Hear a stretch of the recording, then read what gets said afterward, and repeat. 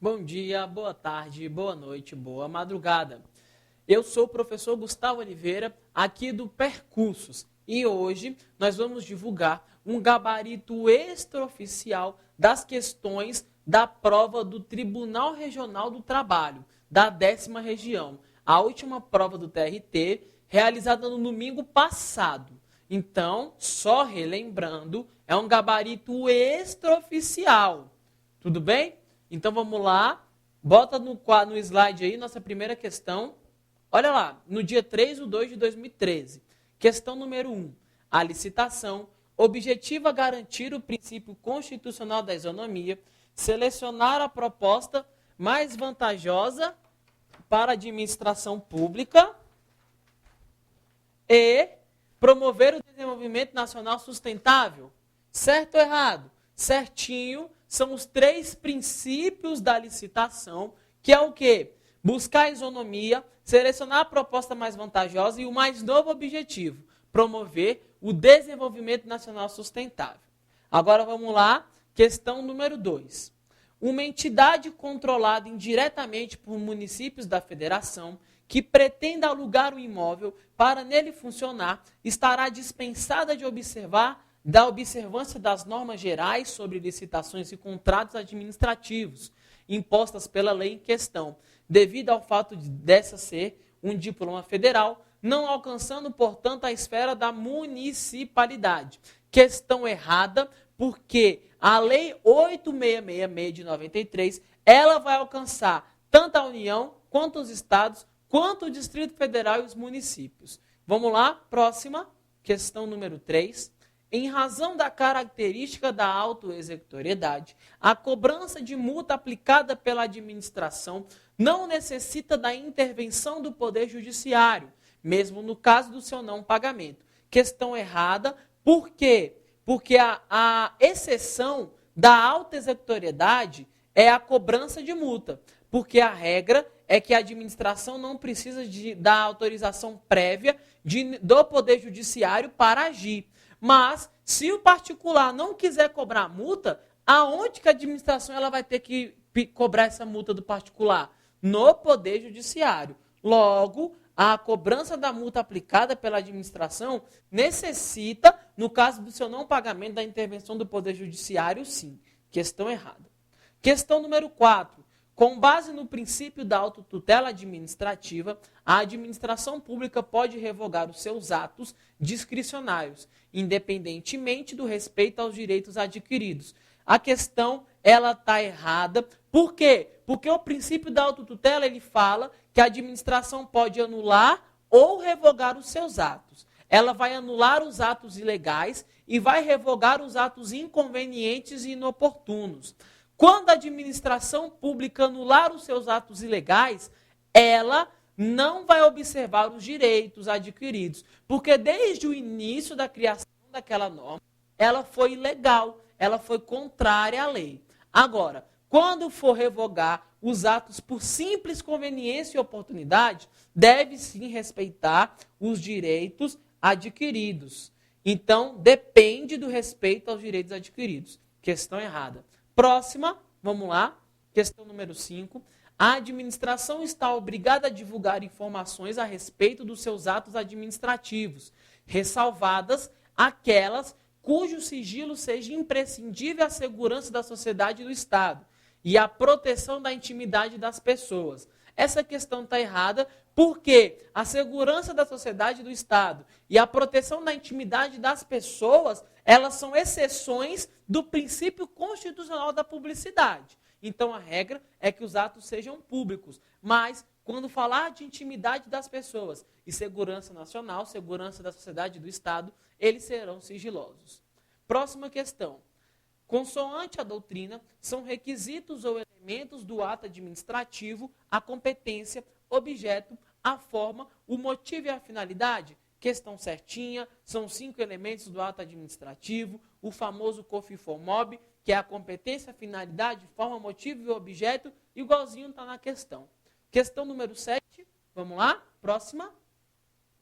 A conduta abusiva da administração pode ocorrer quando o servidor atua fora dos limites de sua competência, ou quando, embora dentro de sua competência, ele se afasta do interesse público exigido legalmente. Questão certinha, ela trouxe para a gente o abuso de poder. O abuso de poder ele é um gênero que comporta duas espécies, quais sejam excesso de poder, que é um vício no elemento competência do ato administrativo, aonde o agente ele extrapola, ele vai além da sua competência prevista na lei.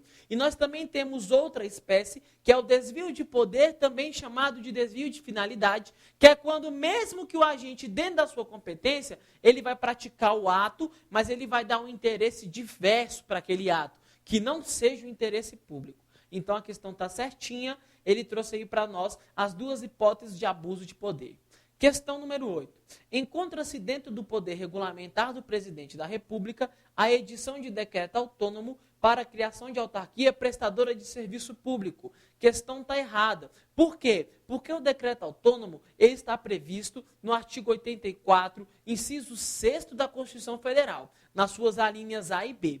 A linha A, ele fala que o presidente poderá dispor, mediante decreto autônomo, sobre organização e funcionamento da administração pública federal, quando não implicar aumento de despesa, nem criação ou extinção de órgãos públicos. Logo, não se encaixa nessa hipótese prevista na lei. E a linha B, ele fala que o presidente poderá dispor, mediante decreto autônomo, sobre extinção de cargos e funções públicas quando elas estiverem vagas. Logo, está errado porque também não é uma hipótese. Então, a 8 está errada. Vamos lá, próxima, questão número 9. O controle exercido pelo Poder Judiciário sobre os atos da administração é externo, de legalidade, posterior e provocado? Bacana, ele é externo porque é de um poder sobre o outro, é de legalidade porque o Judiciário vai analisar os requisitos da lei, e ele é posterior porque pode ser depois que a administração pratique o ato. Por exemplo, a administração foi lá e demitiu um servidor e ele vai brigar pela sua integração no judiciário. E provocado sim, porque nós temos o princípio da inércia do poder judiciário, aonde esse poder só age se for provocado. Mas preste bastante atenção, essa questão é uma questão controversa, porque ele fala que é posterior. Beleza, pode ser posterior, mas nada impede que ele seja o quê? Anterior, porque as causas administrativas elas podem ser levadas ao judiciário antes, durante ou depois. Então, nosso gabarito é que ela seja correta, mas nada impede que esse controle seja um controle anterior. Cuidado com essa questão. Questão número 10.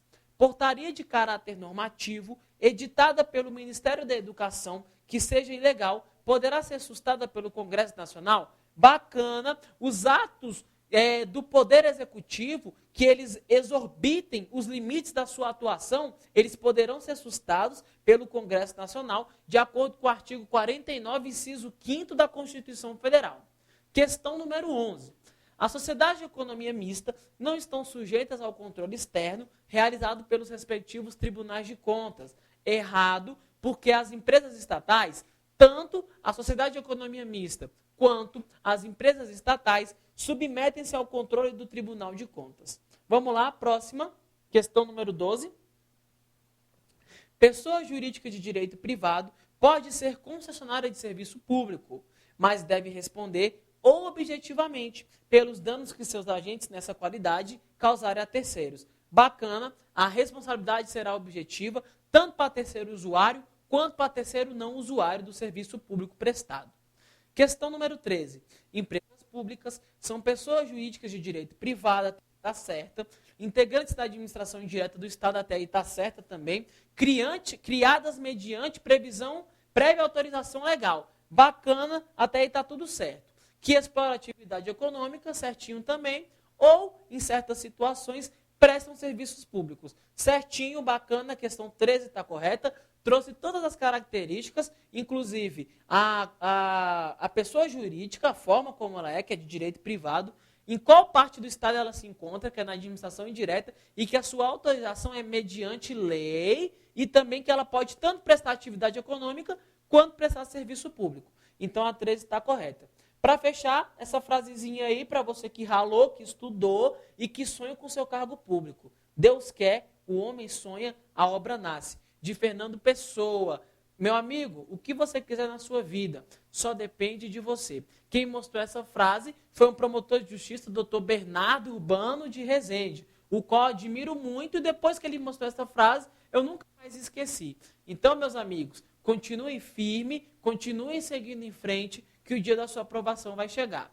Bacana?